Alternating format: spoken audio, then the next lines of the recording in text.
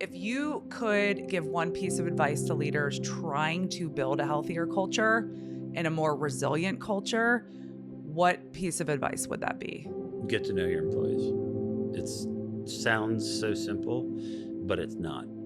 And it's taken me a little bit of time to realize that. I just thought by being a good person and somebody that's at least present, that would cover a lot of the bases. But I really believe that every team needs someone to provide some level of guidance. And we're all leaders. Honestly, everybody in the company provides such a valuable contribution. So one of the things I've implemented is taking people to lunch and then taking people to dinner and taking their spouses to dinner and bringing my spouse. And that's where you really get to know someone, their background, their history, what they believe in. And we're not all going to agree on the same shit. Like it doesn't work that way, but it gives us the opportunity to understand where somebody's coming from and what their background is and what matters to them and what doesn't matter to them. And it enables me to be a better leader when I know that my conversation with Tim has to be different than my conversation with Lisa because of where they come from and how they process things and how they think and how they believe. So I'd say get to know your people.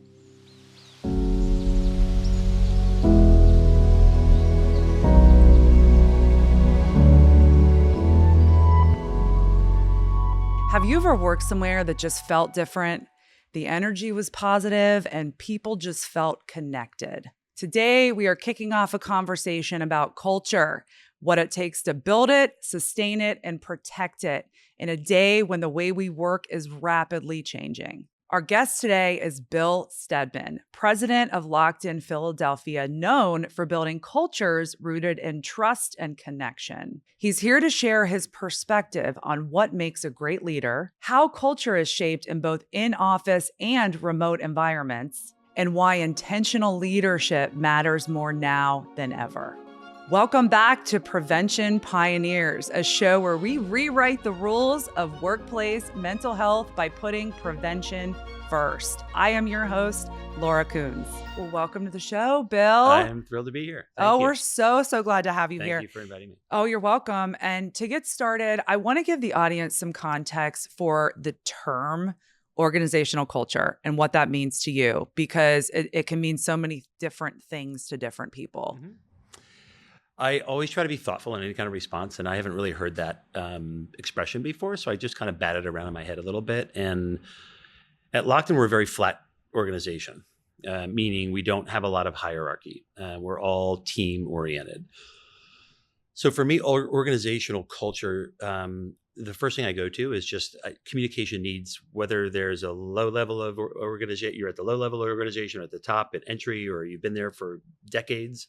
There needs to be paths for communication to make sure that collaboration is not impeded, if that makes sense. Yeah, that does make sense. And when you say flat, that means what? We just don't really focus on our titles. We are super team oriented. We all kind of focus on, I would label it like unique abilities, and everybody's got a unique ability. And just because you handle one aspect of what we deliver versus managing maybe people of the team that delivers the work product, we're all equal members and of equal importance on that team. So it's very, very flat as it relates to our structure. Like, I don't think I've ever seen an organizational chart in our company. And that's the beautiful thing about it. Well, and when it comes to building cultures, I think that's actually a really great point, because that really sets the tone, especially for new people coming in that might not be used to that. Mm-hmm. You know, they're coming from cultures where hierarchy is, you report to this person and this is what this person does. And what are some other things that you think matter most when you're building a culture that gets people to stay? Because I feel like you have a lot of longevity there. Yeah, where I would start is just trying to be very honest with yourself. We all have egos, right? And I think in an organization such as ours, in consulting, brokerage for insurance products, part of the organization is on the production role, selling, and part of the organization is on the retention, which is the work product deliverable. And making sure that both sides of the house feel equally as important in the overall equation matters most. For me, I did a lot of, this may help a little bit of contextual background in terms of Please. why I ended up at Lockton.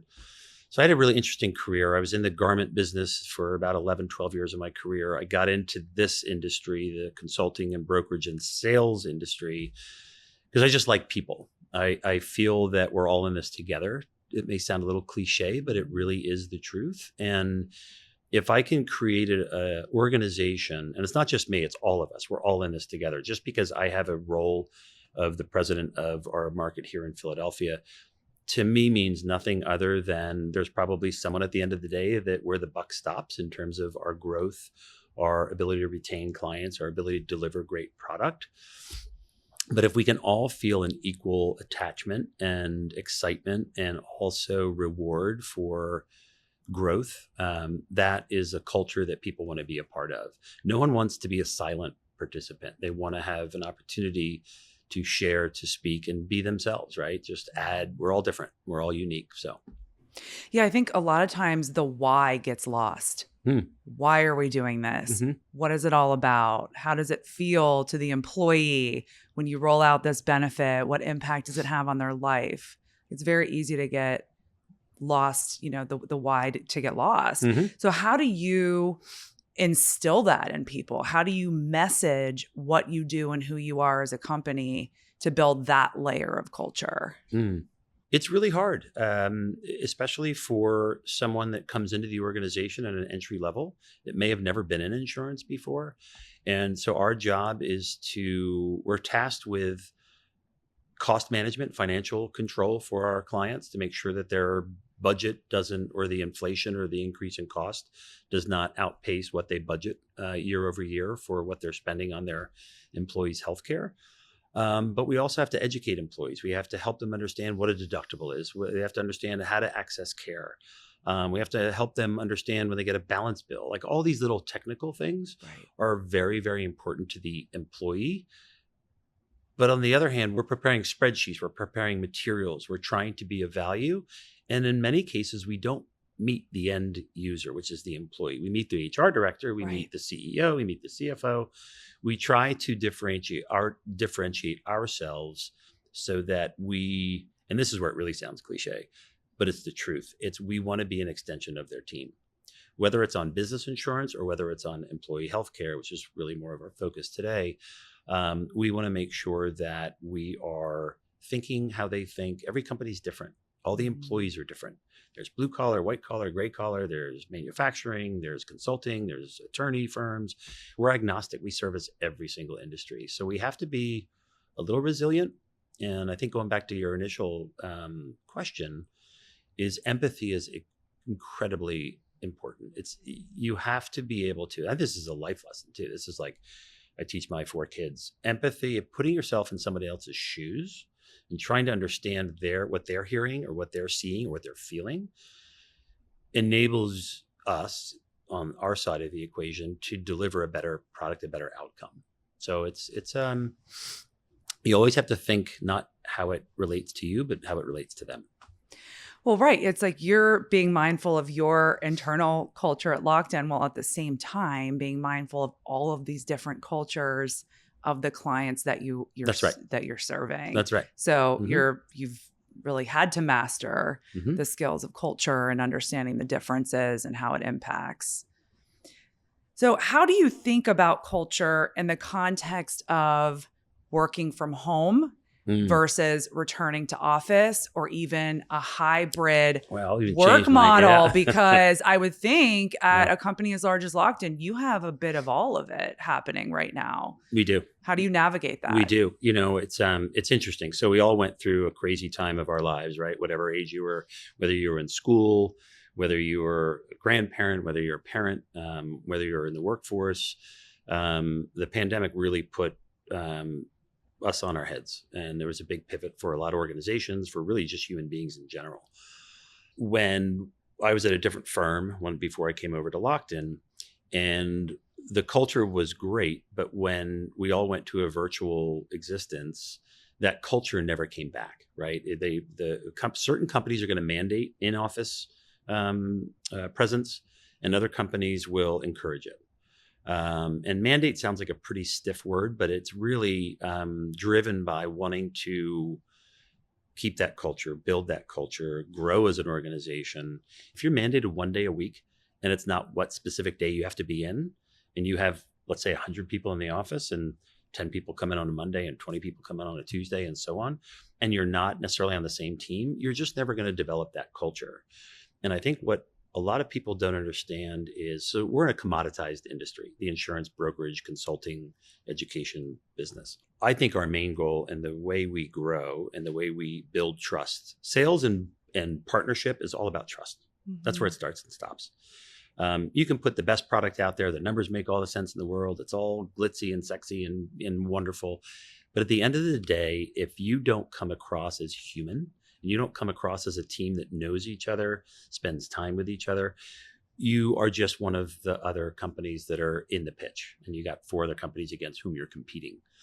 In the world of, I think, our industry, if we can be felt and seen a little bit differently than everybody else, because I know how many children you have. I know where you went to school.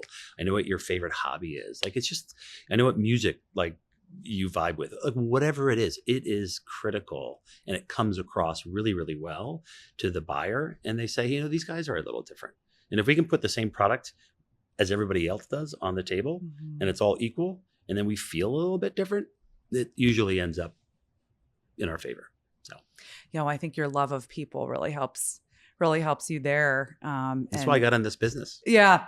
You can tell that you're really passionate about it. And, and back to the work from home, return to office thing, where do you think the value of community and connection comes in terms of the impact on culture and mental well-being? Yeah. There's a couple of things that I think about. Number one, one of the byproducts of in-office is I'll call it water cooler talk, coffee machine talk, whatever it is. When you can, or lunches that you go out, or a happy hour, when you're in the office and you don't have to be chained to your desk, you can move around, you can go see somebody, you can build friendships, right? And you can share, and you can be open and transparent and candid with people. And not everyone is, and I don't hold anybody accountable for being a little bit reserved in terms of how much they're willing to share. But hell, if I can't learn from other people, who am I going to learn from, right? So we're all going through different times. We're all evolving. We're all changing. We all have families in some way, shape, or form. So being in the office and being a part of something larger than you, and learning from others and sharing and saying, I'm not the only one struggling with this, it's pretty powerful. And I think also when you think about culture, and you talked about it earlier, the retention of employees, it's hard to attract really good employees.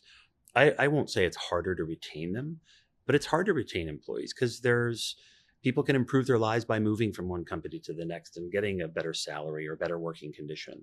We try to balance all of that and make sure that our pay is fair, our in-office culture is great. I mean, I bought a ping pong table. I haven't seen it used all that much, but I love it. And it's something different, right? It's like little things can mean a lot. And that's what we try to accomplish in our office. Yeah, the ping pong table sets a tone. It does. It does. It just means there's action in the break room. Yeah, and we don't have to take it all too seriously all of the time. That's right. So do you honestly think you can foster that level of connection and people being comfortable being themselves in a solely remote work environment? Because I'm on the fence about it. Yeah, I think many are. I would say it's industry dependent. And what I mean is that there are many industries that are critical to our economy. And I don't necessarily think that they need to be connected, tied into each other more than virtual connectivity. I don't work in that space. I don't work in that industry. As you mentioned earlier, I was raised in a family that always had an open door. There was somebody new at our coffee table or dinner table all the time. My parents were very social people. So for me, I will always exist and want to be a part of an in-office culture. But I do think there's other cultures that will do just fine in a completely remote environment. I mean, two of our 4 kids went through some form or fashion in virtual schooling. Actually, all of them did, because they could have been in middle school and they were going through virtuality. And that's really interesting. So they get their content and they get their connectivity through social media. And that's a whole nother rabbit hole we're not going to go down. But there are challenges with that aspect of connectivity, seeing people's content you'll never meet and never have a face-to-face conversation with. It's really interesting. But again, well, it is interesting. I know college campuses are struggling with that, for example, right now, and getting students to go engage and, go to class when they can do it all from their computers. And hopefully, like anything, when a pendulum swings, eventually it starts swinging and it meets somewhere in the middle. And personally, I think that's where we'll end up with this. Crossing my fingers. I know. Well, what I know about you is community seems something that's so important to you. So talk about how your work in the community and just your values around that have shaped who you are as a leader and the culture that you've built at Locked In. Yeah. You hit it on the head. I love people. I love individuals. I love stories. I love history. I love learning from others, right? And I will never think that I know everything. What I love, and I preface what I'm going to say now by that, because community, you will get out of community what you put into it. And it's easy to write a check. It's easy to support. It's easy to like something on a social media, but to be involved and actually be part of a team that's making a difference is impactful. So about 25 years ago, when I got in this industry, I had never been in a sales role before, ever. Oddly enough, as much as I really enjoyed people. You worked at Nike, didn't you? I worked at Nike. Yeah. I worked at And1, but I was in an operational role. It was just the first job I took out of college. I was playing lacrosse and they offered me a job. Eagles Eye, it's an old company in Philadelphia. And you mentioned earlier, like, have I ever been part of a culture in a working environment that was absolutely super unique? I could go on and on and on, from Eagles Eye to Nike to And1. All three of those really shaped the person that I am, the people that I met. But back to your question about community, when I got into sales, I chose to, I've been a Chester County resident now for almost 30 years. And I have a lot of pride in that. It doesn't mean that other counties in our area or other states are lesser than by any stretch, but I really enjoy, I grew up in a very rural part of New Jersey on a farm. And now I live in a very, land conservancy focused environment and county. And so I got involved with the Chester County Economic Development Council, which, again, I could go on and on and on to the value and the beauty that it delivers to our county and the sustainability of all the wonderful things that we're doing. And I just got involved to meet people. And ultimately, 20 years later, I was then the chairman of the board for a period of 2 years. I just cycled off the board last year. And the role wasn't really something that I aspired to have, but what it gave me access to in terms of the people and the business leaders and the community was really something unique and special. And I think that organization should be held at the top of what organizations that are advocates for their county and their community should be and look like. So you're also a former athlete, correct? I still think I am an athlete, but yes, you're correct. Once an athlete, always an athlete. That's right. Because it builds a certain mentality. That's right. So talk about that in terms of you as an employee, you as a leader, and you as a culture builder. Yeah. How has that shaped you? Oh, wow. It's really interesting. So I would say I was an extremely average athlete in high school, middle school and high school. I played 3 sports. As kind of high school progressed, I ended up only playing varsity lacrosse my senior year. When I was done, I was like a third string middie. And for those of you who know lacrosse, a third string middie is not seen in the field a lot. But I was part of a community. I was part of a team, right? Something bigger than myself. So I loved that part of it. I went to a prep school down in Texas, to a military academy, and I ended up playing football for the first time in my life. I started lifting weights for kind of the first time in my life. I gave up lacrosse. I was done. And I played basketball, of all things. And I was horrible in high school, but I was one of those late bloomers. But I always knew that I wanted to be part of a team. That's how I grew up, and that's what was instilled in me. I know team is, you need to, in competition, whatever sport it is, and it could be a band. It doesn't even have to be sports, athletics. being part of something larger than yourself enables you to lean on others and for them to lean on you. And so everybody has a role, right? And that's what I feel team translates to in the workforce. So yeah, when I got to college, it was really interesting. I went to, I'll try to abbreviate the story, but I went to a summer camp in high school for lacrosse. And I just went because it was like where my buddies went. And I went and I probably goofed off more than I did anything. I wasn't trying to work on my game. But it just so happened that the coach in the summer camp became the head coach at Gettysburg College, where I went to school. And I came across him on the sidewalk one day and he goes, Billy Stedman? And I said, yeah, he calls me Billy. And my mom would never let anybody call me Billy. And he goes, Billy Stedman? I said, yep. And he goes, hey, I just got here as head coach. Are you still playing lacrosse? I said, no. He goes, well, you're going to come out and play. And flash forward, I started all of my 4 years. I ended up being an All-American my senior year. I wanted to play after college. So my coach said, here's a number in Philadelphia that you need to call who's completely connected, multi-generational in the lacrosse community in Philadelphia. I knew nothing about Philadelphia. Like when we were kids and we wanted to get in trouble, we'd go towards New York from like New Jersey area. So I was like, all right, I'm open-minded. I gave him a call. I had a tryout with the team and it went great. And I started playing lacrosse. All these guys that went to Hopkins and Penn and Yale and so on and so forth. And it just became my community in Philadelphia. And then I went away to Nike and ultimately came back. But to further answer your question as it relates to athletics, what I did was I worked on myself. I got stronger. I got more disciplined. I actually became like more of an adult. I still feel like I'm a child, but my point is I just had I had discipline and I had a desire to be better. I had a desire to learn. I had a desire to actually win, right? Like I wanted to win for myself, but I also wanted to be a part of a team that was winning. And we ended up going to the NCAAs 2 of our 4 years. We had a very successful program. Our coach ended up being like the second winningest coach in lacrosse in any division in history. Really, really cool. So. Well, that is a cool story. And one other part that I picked up is that initial coach's belief in you and saying, why aren't you playing anymore? Yeah. You know, and as a leader, how important do you think that is in terms of developing talent and really supporting talent to inspire them to commit at the level that you then recommitted to the sport? Yeah, it's a great question. It's incredibly important. It's invaluable. I think that the best professionals are those that want to improve and want to get better. And, you know, when I took this role, I had never been in a management role in this industry. I'd been in a management role at Nike and at And One, but I'd never been in a management role leading. And so this was an opportunity for me to grow and to improve.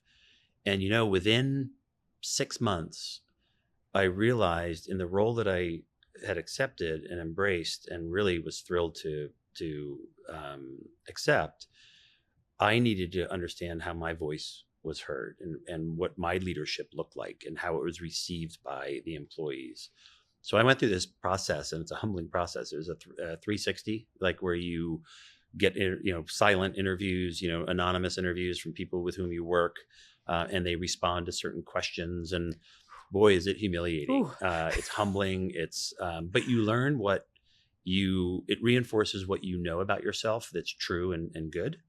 And then it also highlights, this is the hard part, of things that you're like, wait a minute, I think I'm actually concise. I think I actually speak well. And they're like, I can't understand what he's saying. And it's like, it's little things like that, which you have to just kind of sift through that and realize, okay, that's a blind spot. I need to work on that. And then I've hired a coach and, just trying to get better. I don't ever want to be stagnant. Right? They always say the devil's workshop is an idle mind, right? It's like when you don't want to grow and evolve, you are just going to be complacent. And then that's, by the way, that's cerebrally as well as physically. Like I go to the gym, I work out, I play a lot of golf, I play ultimate frisbee, I mountain bike. It's like I snowboard. It's if you continue to keep your body moving and your mind moving and evolving, you're never going to peak.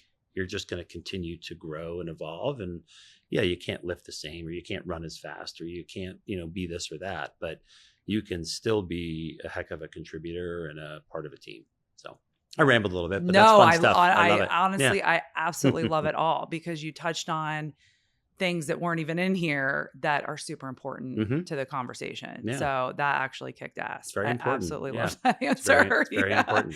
Yeah. Okay. So if you could give one piece of advice to leaders trying to build a healthier culture and a more resilient culture, what piece of advice would that be?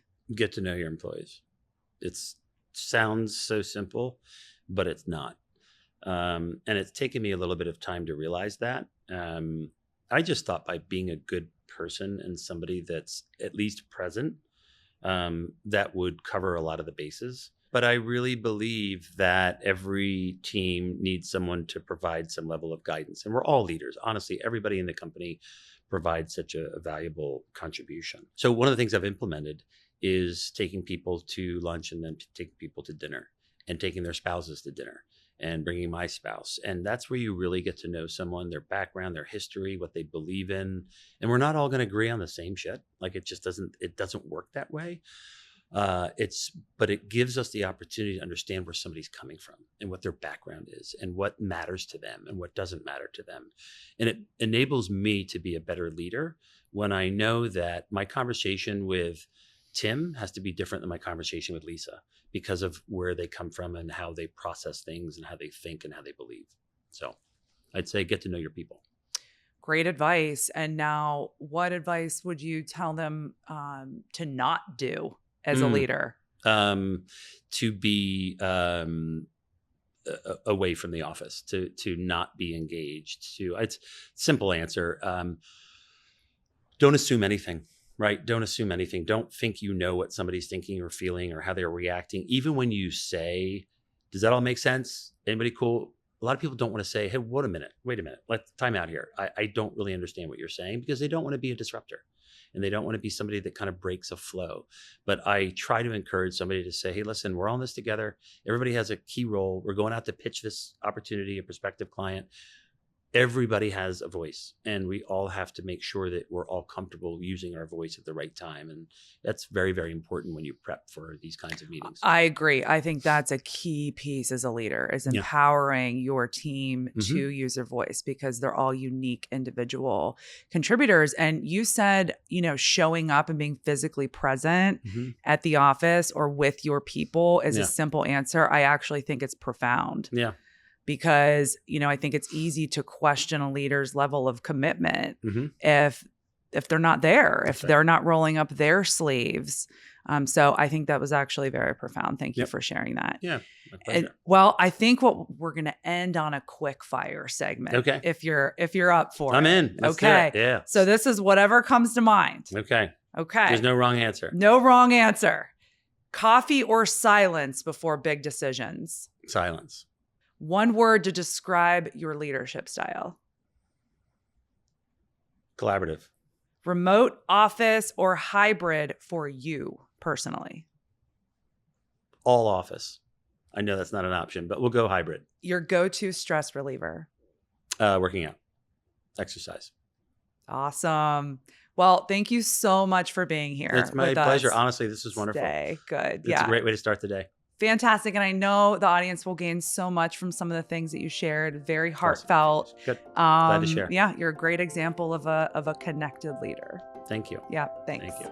Thank you for tuning in to another episode of Prevention Pioneers. Don't forget to like and share with friends and colleagues.